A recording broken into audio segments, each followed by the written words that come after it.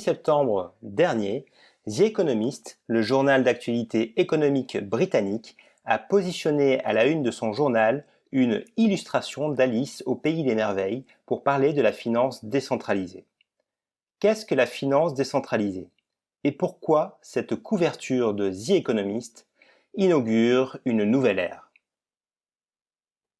La finance décentralisée, ou DeFi, est une finance d'un genre nouveau qui tire sa force de l'utilisation de la technologie blockchain. En effet, la plupart des technologies financières aujourd'hui sont centralisées. Toutes les transactions doivent être vérifiées par des acteurs centraux.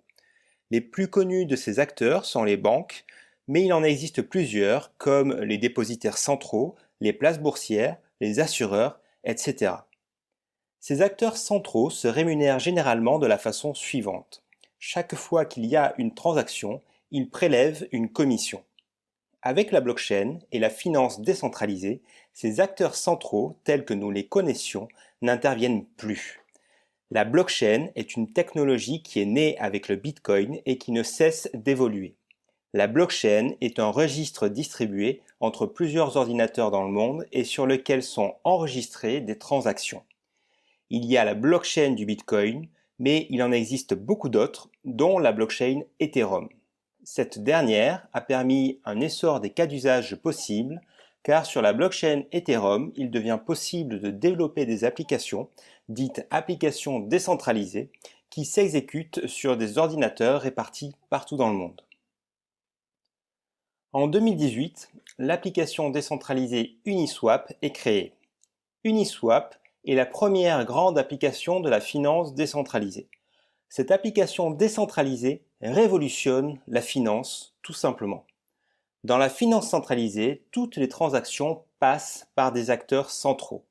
Dans la finance décentralisée, toutes les transactions passent par la blockchain et ce qui est révolutionnaire, c'est que tous les intervenants de la blockchain peuvent jouer le rôle des acteurs centraux et donc récupérer des commissions sur les transactions.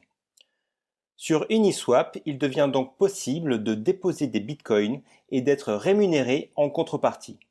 Les bitcoins serviront de réserve de liquidité et seront automatiquement gérés par la blockchain.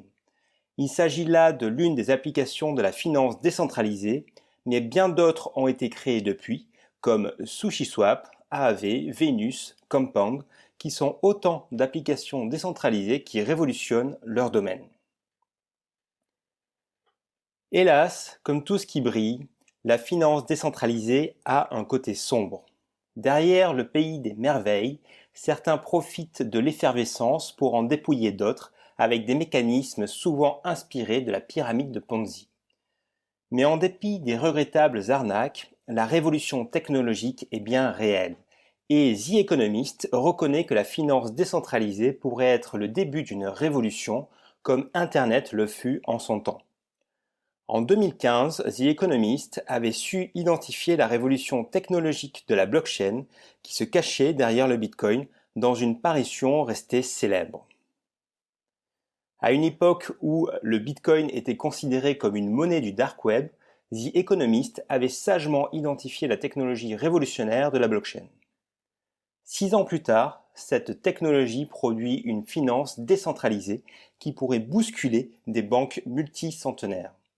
Et c'est pour cela que cette couverture de The Economist inaugure le début d'une nouvelle ère, celle d'une concurrence complexe entre finance centralisée et finance décentralisée.